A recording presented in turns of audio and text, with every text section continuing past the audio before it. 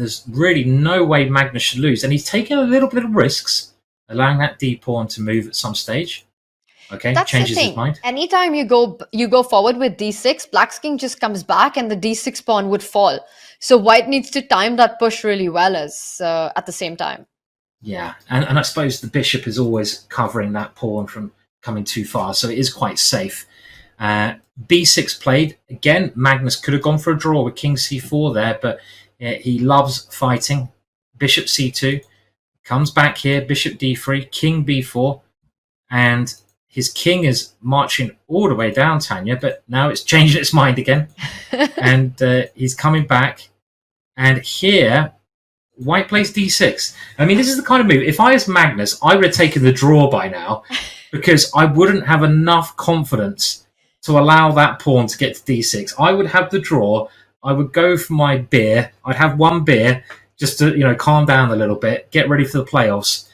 And I wouldn't be sitting here playing this one on because, that's still a pawn, right? If I get my bishop, to example, to b5, it's not going to happen. But if I do, I can win this position as white. Yeah, I think it's time for Magnus's king to continue with the dance and actually step back. King c4, king c5. You want to get to that pawn as quickly as possible. I'm just wondering why he's paused here. What do you spot? There's an amazing... It's your idea. Okay, let's see if anyone can get this. Now, I think maybe an idea Magnus was thinking was king b4, right? You go this way. But after king b4, white is winning here with your tactic, Tanya. This is a really horrible trick. Can anyone see the move here? This move kind of seems natural because you want to come to c5. At the same time, you maybe want to push this. This doesn't look like a stupid move, but white is now winning incredibly with bishop g4. Oh my god. What a move. Stunning. That is quite sick. Because, okay, if you take on a4, well, I mean, maybe D7? you have some chances, but d7 is going to be a piece up for white and great chances to win. But the big trick is if you go bishop takes g4, now the move you point out, Tanya, f5. And you can't stop that pawn from queening. Is Magnus... he's not going to fall for this, is he? But if you go king c4, I think it has the same problem. King c4 also should run into bishop g4, right? Wow. So king c4, bishop g4 again. But why is the eval bar saying that this is fine for black? What on earth is going on? Oh, what a tactic, though. You can't take this one, can you? Because f5 and black cannot stop this pawn. Magnus is... I think he should have taken that draw. He's really... he's pushing the boundaries a little bit here. Oh, God, and you can see it on him. He's feeling it. He's feeling a little uncomfortable. He's, of course, spotted king b4, bishop g4. But intuitively, I felt like king c4 should be the way. And I'm not really sure why, because I was thinking king d5 gets stopped. You want to get in with your king to c5. But for me, it's really interesting that bishop g4 doesn't work here. But works if you go king to b4. And what's the big difference, Sai?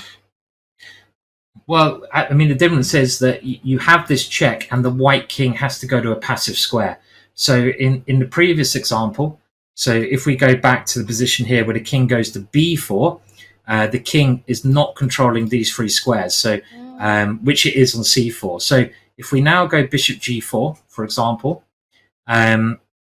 you go, I think this is the reason, you go check. I'm assuming I can go king d4, and my king is just a little bit better placed here for the ending. And again, this is one of those ones which without the evaluation bar I wouldn't, I'd have to calculate very deeply because I'm kind of guessing.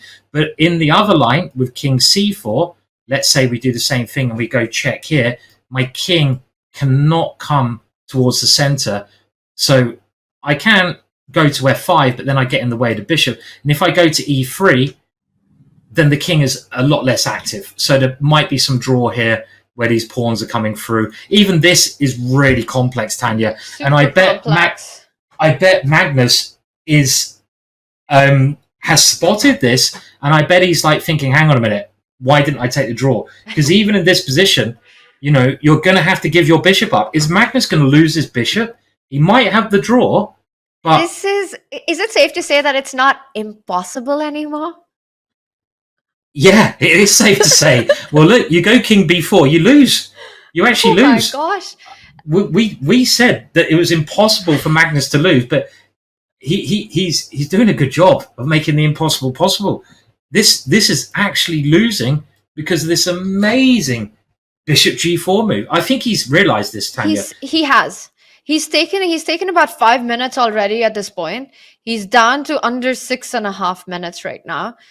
He's definitely spotted king b4, bishop g4, and this tactic of f5, which actually we had brought up in a different position with the same concept. We have a move. He has gone for the right square. He's gone for king c4. This was okay. So one move was losing, king b4, and it is a tempting move, but he found the only move, king c4. Now, if he can get his king to c5, he's safe. But bishop g4, it's still very hard to work this position out for black. I mean, Magnus... And Abasov plays it instantly. Abasov plays it instantly and gets awarded with a double exclamation. That's a brilliancy on the board. You have to admire his play. He's created his chances. He's managed to ask questions, made Magnus go into a position where Magnus needs to be precise, in a position that it felt impossible to do that. And Magnus getting a bit shifty now. I would be getting a bit shifty here. He's turned down a draw on a couple of occasions, and now he's only got one move that saves a draw.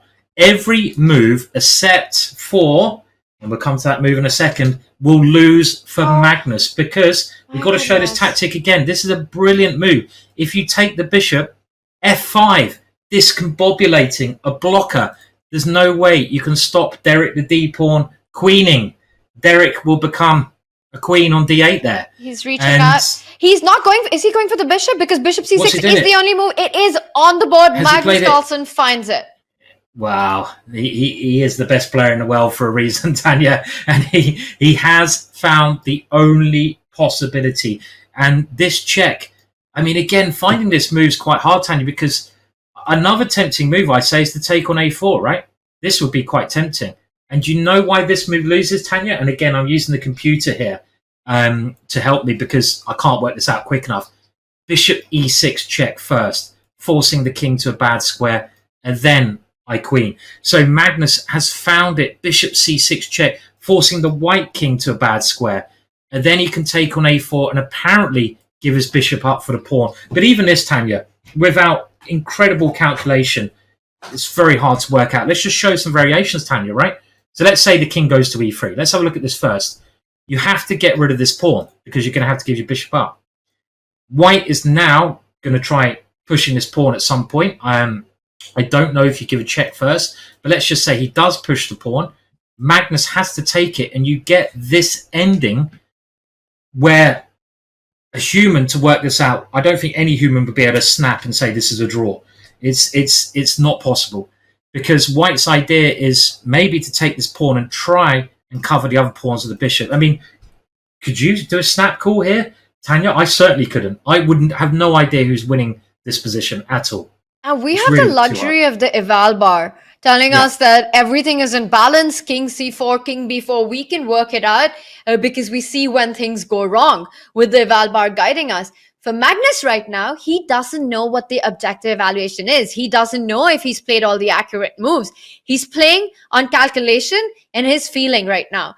And his body language, it does show, Simon. I think it's echoing what you said, that maybe I should have just taken the draw. I should have just repeated when I had the opportunity. Now, White is the one who's pushing. He's got the extra piece. Magnus needs to be precise with calculation. The balance is still there, but one wrong move, and it's into playoffs. Yeah, I mean, I expect he may have worked it out, Tanya. He may, because it's Magnus. I mean, not many people could, but it is Magnus, and it is kind of a number crunching thing. You kind of think b5, okay, these pawns are going to come from... Let's have a look. Let's have a look at the lines. So these are the concrete forcing lines. How does it go? After b5, I want to get in with my king, and the first line I want to look at is king e4. So let's try this. And all of a sudden now, Black is winning because at a4, this is the lines both sides will be thinking. I think Black's winning. King f5. a3. I can take here still because I got this check. So black pushes with b4. I give a check. And you go we give the check. C3. And I'm ready for b3 and we have a3. The live board. Let's just point out, let's just tell everyone that we have the live board on that bottom right of the screen. So this position is on the board. Actually, this is looking like a draw as well, Tanya, because at some point you get this technical draw, and I want to show this with one tempo to spare, and it is an incredible draw. But you get this ending, and this is a technical draw. And the reason this is a technical draw, just to show you why, you get this kind of position where here white can go king h8. And with the pawn having the bishop's pawn, it's a draw because black can never take that pawn because it's stalemate. So that is like an incredible line. But even that is a draw. So okay, let's keep looking. So this has occurred. Bishop takes e4, bishop d7, bishop takes b5 on the board. Magnus has kind of worked this out, hasn't he? Only Magnus would have worked this out. Not many other players in the world. And what have they done? Did they agree to result? They haven't done anything. They've just get new score sheets. Everything's fine. The game continues. Simon b5 on the board. So Magnus still playing precisely. But it's crazy. We were talking about how black's a pawn at some point was the wrong color with his bishop, but it might be white's f pawn that actually saves it for Abasov, but in certain positions. But for Abasov, saving is not enough. He needs to find a way to trick Magnus here. So if king e4 is not the way, and somehow black is the one who manages to queen, we saw the a pawn and the b pawn together are super fast in advancing. I don't really believe that Abasov can afford to get his king to the queen side, because then the black king starts targeting the f pawn. Yeah, I agree. I mean, if your king starts to go passive to stop those pawns, you've only got this one pawn here, and it kind of feels like the black king should just be able to target that. There is some potential line where you can put the pawn on f5, maybe get black in a blockade position where he'll lose the pawn. So, for example, let's say you go f5. I don't think this is going to work, but we'll show it. a4. And now I try to bring my king around. So let's say I go king here. Now, you can't really go b4, I don't think, because I take on a4. So you do the same thing we looked at. I now get my king here. You go b4, and I've blockaded the pawns with king here. And this is probably still a draw, Tanya, even here, because I can never take on b4 after the king just glues itself to the f pawn. Because as soon as I take on b4, you play a2. And the bishop has to take this one. And because the black king has glued itself there, you eliminate the last pawn, and the game is a draw in that position. So even here, white doesn't have a winning plan. The bishop can't do anything. It's got to remain defended here, and the black king just keeps itself glued to the f pawn, and it waits for the chance to play a2. So it does, now we're looking at this a bit more, seem that Magnus is kind of safe here. I say kind of safe, but I can't see any winning tries for white here. The funny thing is that you mentioned the f pawns. If you move the pawns to the e file, it might be winning for white, because or to the g file, because that pawn in that final position, it might be winning for black. It's so confusing because that last line we looked at, the pawn being the bishop's pawn, technical draw when it gets to f7. But you might have a point, because if black's pawn was on g6 instead of f6, the bishop, the bishop can actually start targeting it sooner and then sacrifice itself for those queenside pawns, and that would give white the chances. But because that f pawn, only the king can attack it, it's far away, it gives black a lot of tempos. And Simon, it comes back to that decision between king b4, king c4, and now all of it is so much easier to understand. If black's king was on b4 in the same position, white's king would have been a lot more active, and black's king would have come in the way of his own pawns from advancing, losing some very critical tempos. So king c4 was really the only move to keep things under control. Let's show it one more time. Yeah, so this was the key position where it was quite easy for Magnus to go wrong. White had just played the brilliant d6 move, and Magnus now had a choice between two quite natural-looking moves. He found, of course, the right move, king c4, but if he'd have gone king b4, we'd get the same sort of line that we had in the game. And let's just go to our current position. But as Tanya points out, you'd have the king in the way of the pawns, and that one tempo could certainly give white very good and probably winning chances. But in this case, black's pawns are going to be too strong, and black has a very simple plan, and it looks like Magnus has got that draw in this position. So very exciting ending though, Tanya. I didn't think this would be exciting as this, you know, and it's like, I think Magnus may have had a little heart attack there when d6 was played, or do we think he had it all covered? We'll have to ask him if we get a chance afterwards, right? 100%, because I think he felt it at that moment that something's gone wrong. He went into a really long thing. He calculated his way through, but you could sense from that body language